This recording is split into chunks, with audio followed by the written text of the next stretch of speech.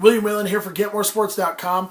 Recruit and reload, this time looking at Notre Dame. The Fighting Irish had a big-time season, a big-time run to the Elite Eight, falling just short against Kentucky. And of course, they were led by the likes of Jerian Grant and Pat Connaughton, two big-time guards, especially Grant, but they lose both to graduation. So who do they have coming back? The two headliners there, of course, are going to be Zach Augusta underneath, and a really dynamic point guard in Demetrius Jackson.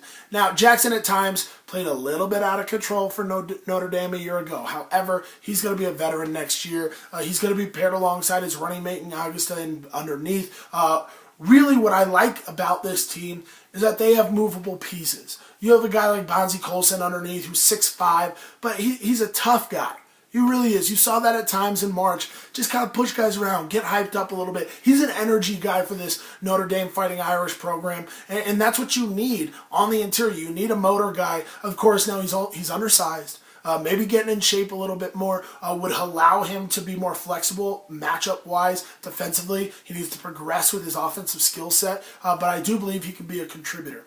Now, my one thing that I'm really looking forward to is one of my most underrated recruits for fit.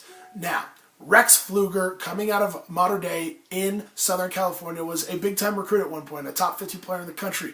His stock slipped a little bit late as his shot did not develop the way many of us thought it would. However, big-time athlete, ball handler, passer, can get into the lane and create things for himself and others. I like the fit here with Mike Brey's system. Freshmen are not expected to come in and show out early.